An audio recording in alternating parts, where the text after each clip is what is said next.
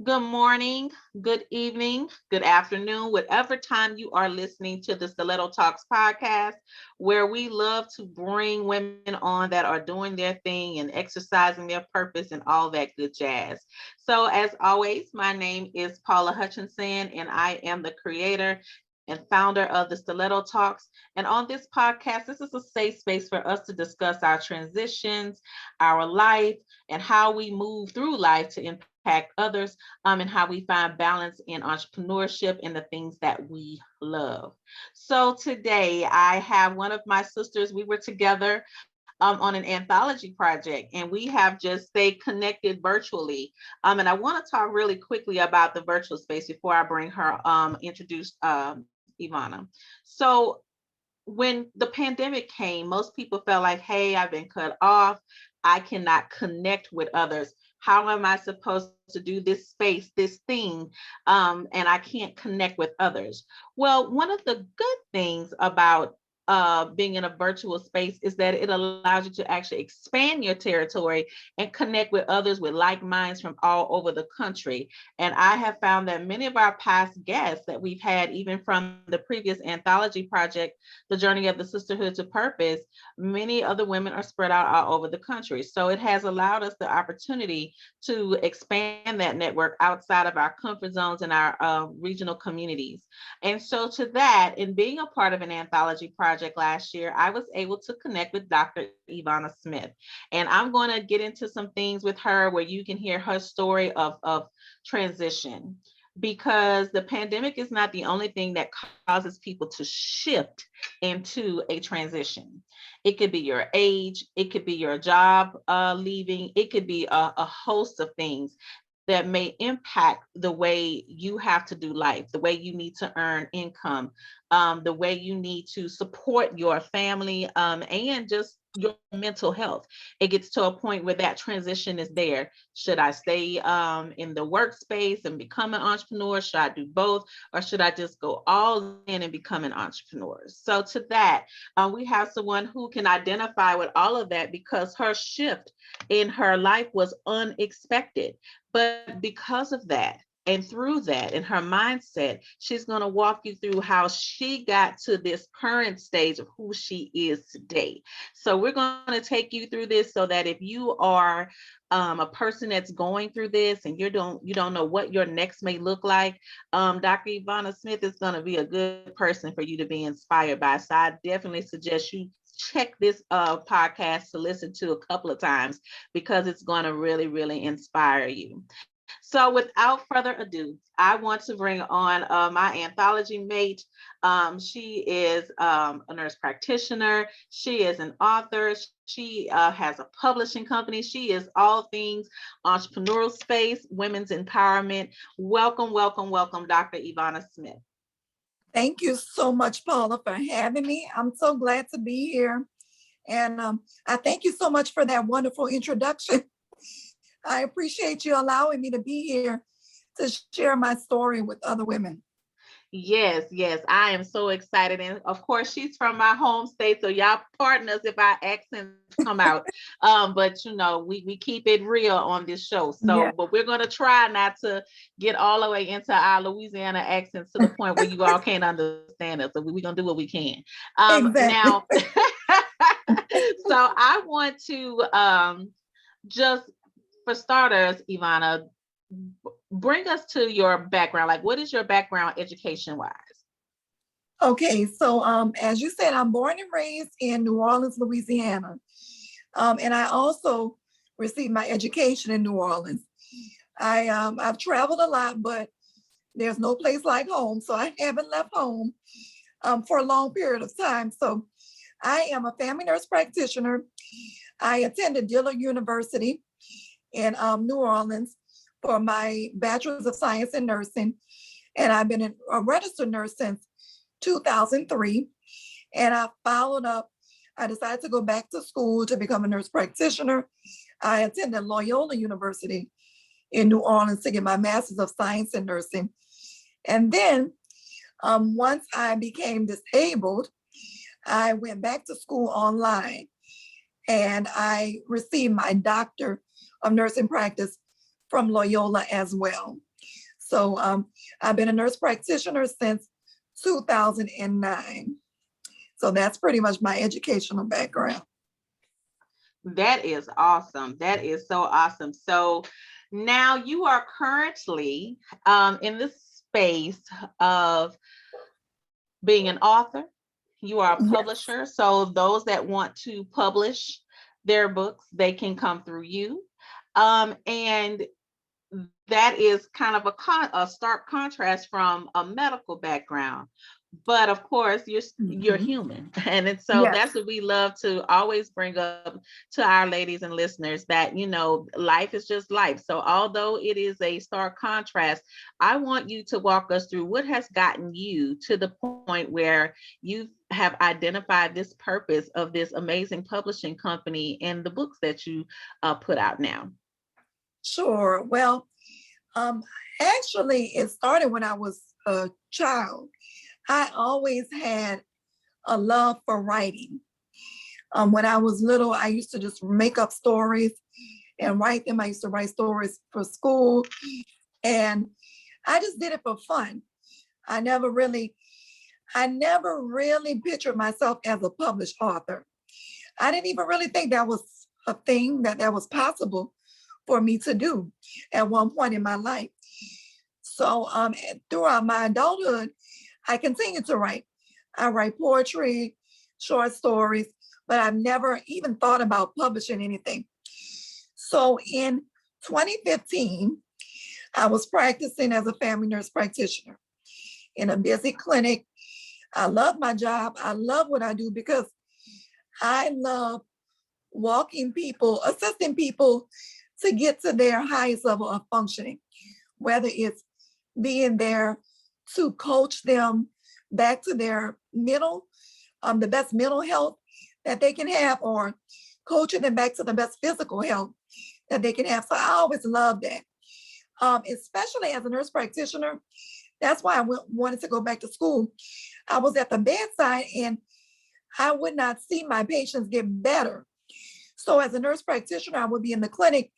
I would be able to prescribe treatments and be there and walk the patients through the treatment process. And I actually saw some of my patients get better, and I had something to do with that. So I always wanted to help others. So in 2015, I was in a good job. I'm also active in my church, doing all kinds of things in the church. And I was just in a good space in my life. I'm married. I have 5 kids. And so my life is busy. And so, but I was in a good space. So I went to the doctor, and my thyroid gland was getting larger. So I had multiple nodules on my thyroid. So I knew I had that problem, but they decided just to watch it for a few years, and it continues to grow. So it was recommended that I get it removed. So I scheduled my surgery. Now, this is a routine procedure, and I pretty much was supposed to be out of the hospital the same day. And I took 1 week off from work thinking I would be right back to my normal routine in a week, because I was very familiar with the procedure. So on February 2nd, 2015, I went into the hospital, and I remember my husband being there. My pastor's wife was there. They prayed with me. They rolled me into the OR. Well, 3 days later, I woke up in intensive care. I woke up and I was on a ventilator, and I could not speak. I was mute. Um, so what happened was my vocal cords were paralyzed during the procedure. So just to give you a quick, because this is an illness that a lot of people don't really know about. So vocal cord paralysis is your vocal cords are your upper airway. So when you breathe in and out, when you swallow, your vocal cords open and close. Well, mine were closed shut.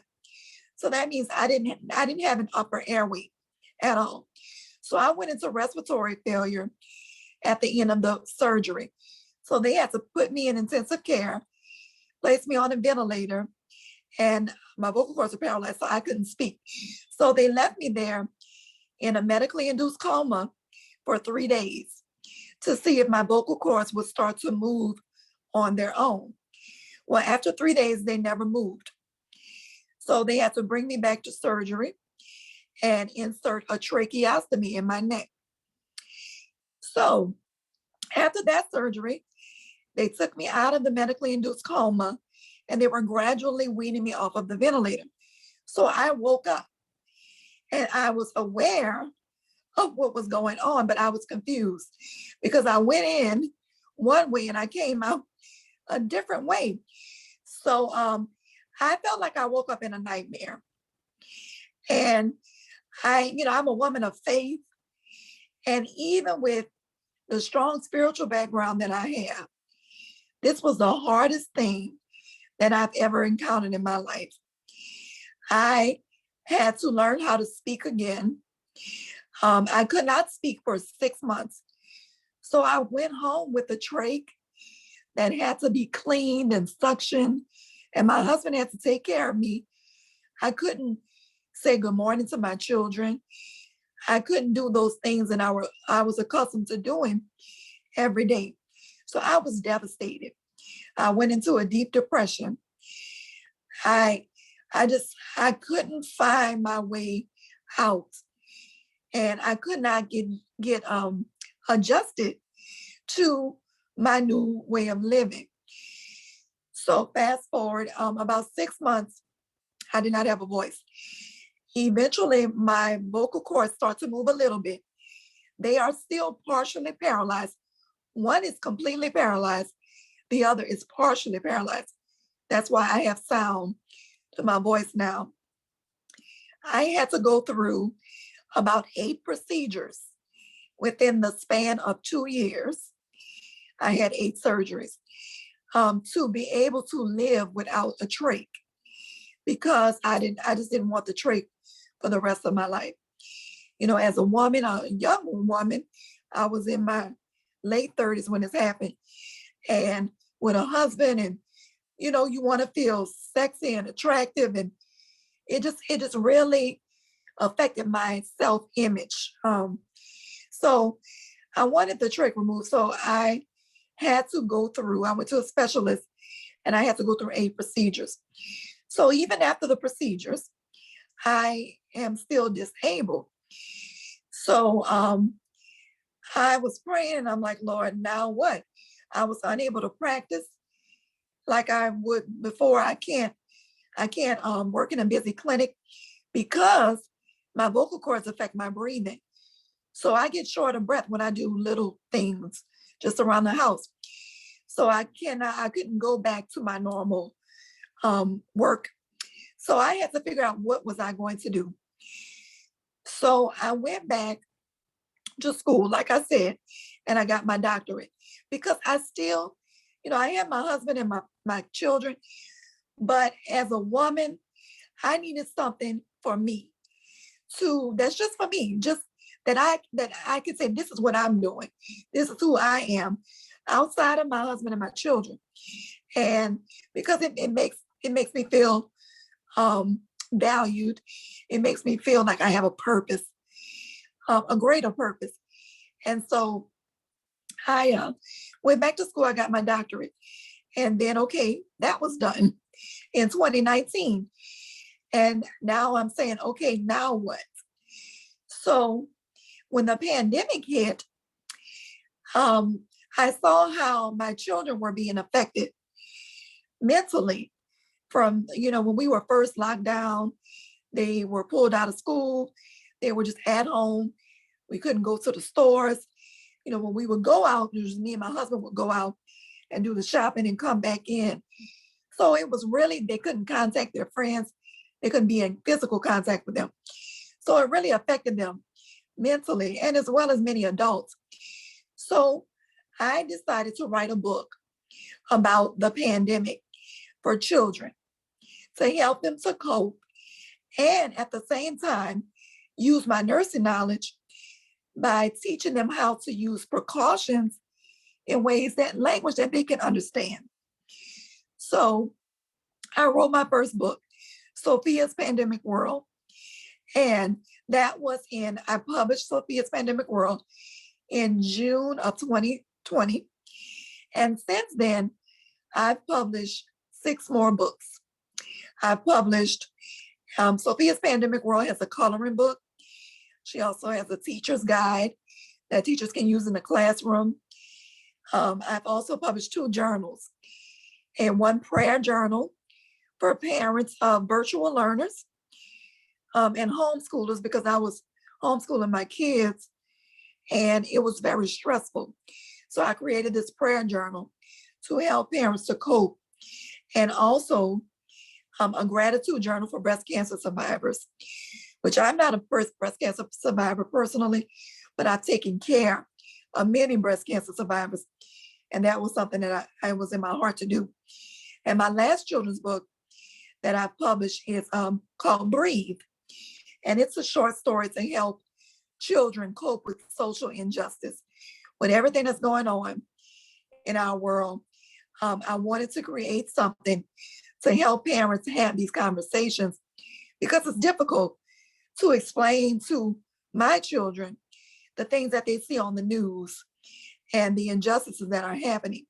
So I wanted to create something to help parents have this conversation and at the same time empower their kids through this book. And Breathe also has a coloring book. So I published my books and I started my publishing company, Strength Builders Publishing LLC. I named it Strength Builders because of what I've been through. And I want to build strength in others through my writing and through the writing of other authors, to know that they can press through their pain and conquer.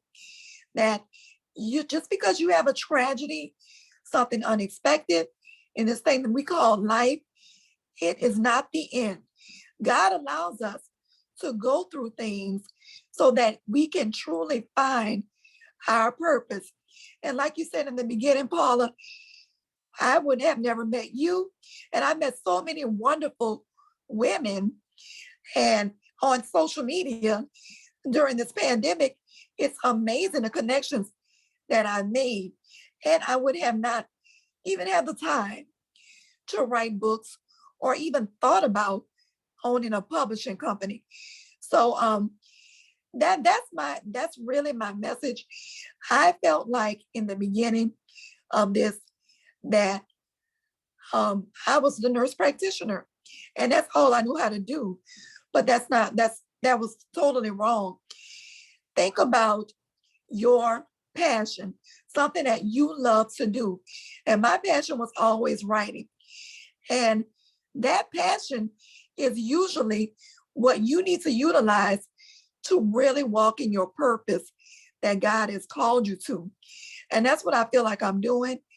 I have so much more to do, but God has allowed me, and I'm so grateful. I'm so grateful.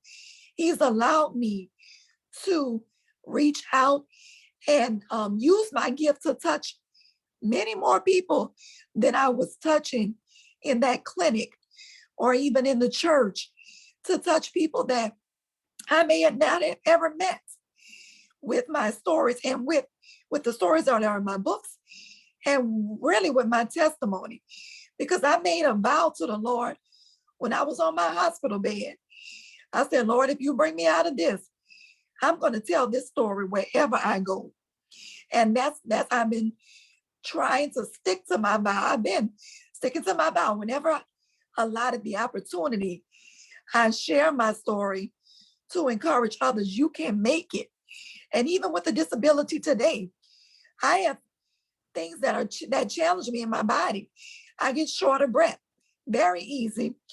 I can't do a whole lot of physical activity, but even with all that, God is still making a way. And God has caused me to be content in the state that I am in, because I know this is his will, and he allowed this to happen to me for a greater purpose. So that's how I got to where I am today. Wow. I hope that you all, we didn't interrupt the story. I didn't want to stop you, because I want for people to understand everything that happened to you was happening in a sequential order. And this is how this was really going. And so I just didn't want to break that spirit of like stopping and interrupting you and saying, hey, let's talk about this part a little bit more, because it all just goes together. And I think Yes, what you talked about, that's so profound, is that through this all, you understood there's some things that you feel, truly feel like through your faith, that was allowed to happen to you. But in the process, it and through that has opened up you to a much larger purpose, and you feel more fulfilled operating in your purpose than you yes, did the one that you thought that was the right one for you. yes, And I like the fact that absolutely. you feel like your purpose today is meant for others, and to be that light and to help them find their light. Now, if someone comes to you and they're looking to share a story just like what you just talked about, because of course this pandemic is going to, and all that we went through in 2020, because it was not just the pandemic, it was some other things that have Oh, gone on absolutely. just from a social standpoint. You talked about with your children, just finding that balance. Many started to open their own businesses, and then trying to find that support, or thought somebody was going to support you and they didn't. And I think Hmm. one of the biggest things that happened of last year was clarity. And so when you got clarity, or the lack thereof, and realize you have support on some of these issues, when a Yeah. person comes and they're so full and they don't know what to write about because all of these things have happened to them, and they want to, of course, be published by you, what would be Hmm. your best advice if they are looking to now take this moment and knowing that all of this was for a purpose and share with others? What advice would you give to them if you were publishing them? I would tell them to write. Just write. Write your story. Whatever story you want the world to read, whether it's your personal testimony or a story that you have that you want to strengthen or encourage others, tell your story. Just start to write. That's the first step. Write. Once you write your story, I can help you to get to the point to where you are a published author.